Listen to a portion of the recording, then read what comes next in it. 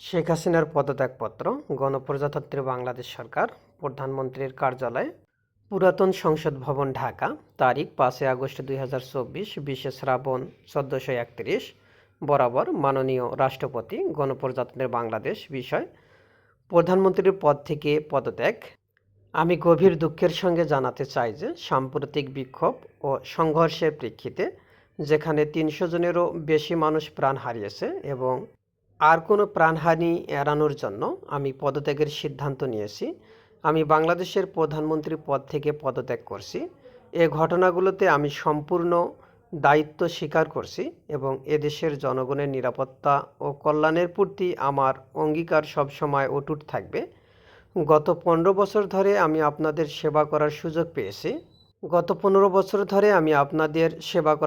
পেয়েছি। যা আমার জীবনের সবচেয়ে বড় সম্মান। তবে সাম্প্রতিক ঘটনাবলী প্রমাণ করছে যে এ মুহূর্তে দেশকে এগিয়ে নিতে অন্য নেতৃত্ব প্রয়োজন। আমি আশা করি আমার পদত্যাগ বাংলাদেশের উন্নয়নের নতুন পথ খুলে দেবে এবং শান্তি পুনঃপ্রতিষ্ঠা হবে। এই কঠিন সময়ে আমার সরকার যা কিছু করছে তার জন্য আমি গভীরভাবে অনুতপ্ত। আমি সব বাধ্যবাধকতা মেনে নিচ্ছি এবং এই সিদ্ধান্ত বাংলাদেশের বৃহত্তম স্বার্থে নিয়েছি। বিনীত নিবেদক, শেখ হাসিনা।